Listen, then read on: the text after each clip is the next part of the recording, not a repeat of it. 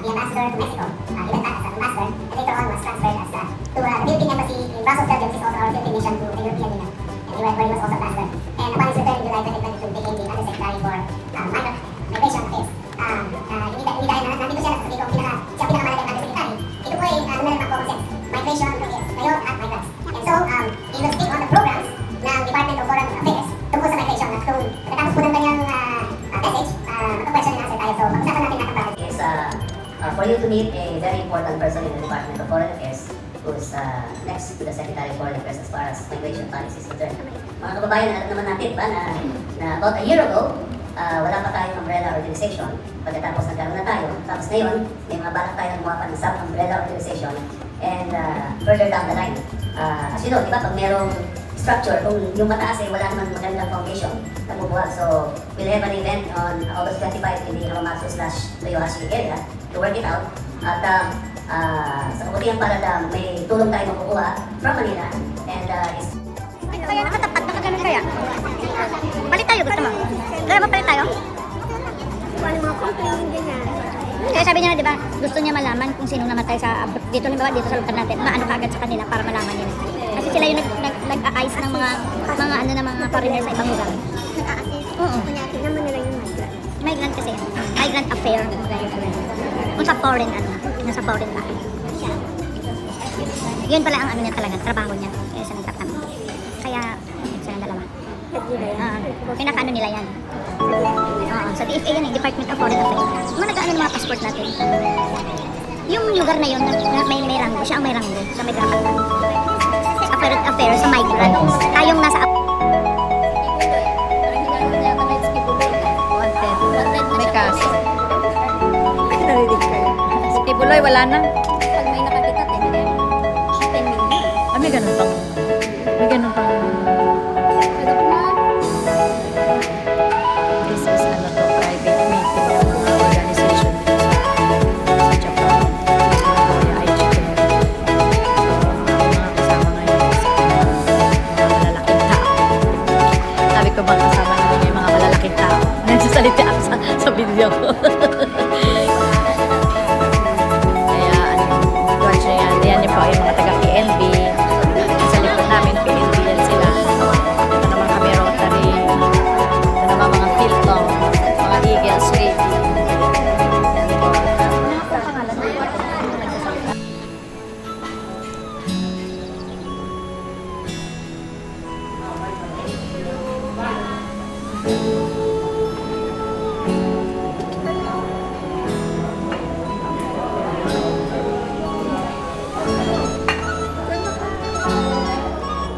May pagkain na kaagad. Automatic. Picture muna kayo. sample. Hindi ko alam kung saan nakuha yung mga baka magtapot. Kaya mo yung mas... Ikaw yung nag-FB, di ba? Ah, no. Yung pala hindi, oo. Ibig sabihin, ikaw na pumasok sa live ko. Ikaw yun. Ikaw yun, di ba? Kaya sa'yo.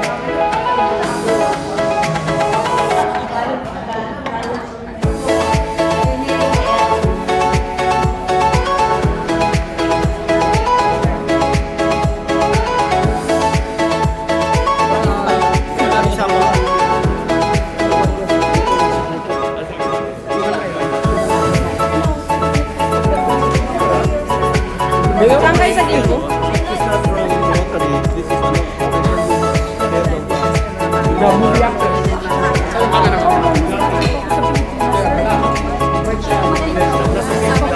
Akala ko yung take out na.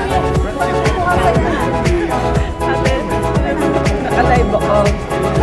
Mamaya wala pa tayo may isa ng viewers. Nakalive ka?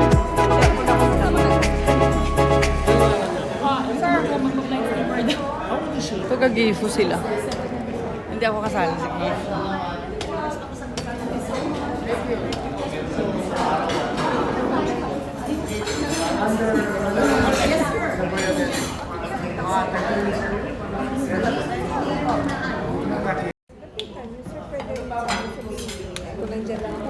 Kasi pareho kaming ano ko na po. Mamaya magkakapicture din tayo dyan. Wait lang. Ngayon nakahoto siya sa baba niya. Kasi nahirapan na tayo. sabi kanina sa Rotary Society. Gold medal, Philippines! Sabi!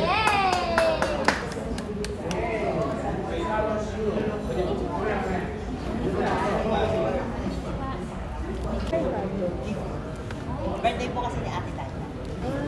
Sa, ano kayo sa Nakatsugawa, Marilyn, di ba? Nakatsugawa yun eh. Na? Birthday niya kasi sinama niya. Hard na hard ang schedule ah. Hard na hard ang schedule.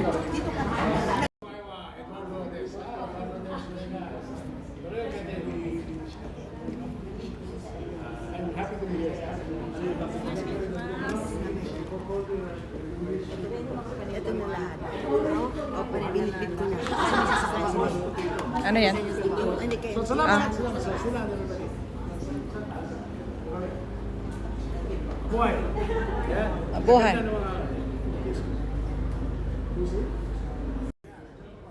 Thank you. Tanggalin mo na yung isa. Si ano na?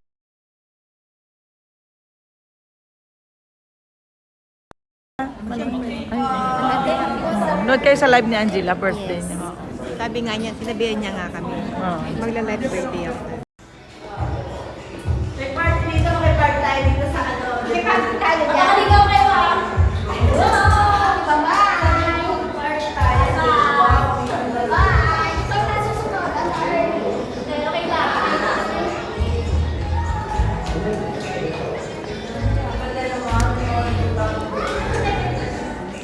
Ang ganda ng umisi.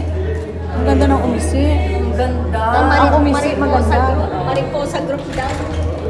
Nalaro ka na siguro siya, pang party. O, pang party ako sa Party, ano? Kunyari, matanda ko ng kasal.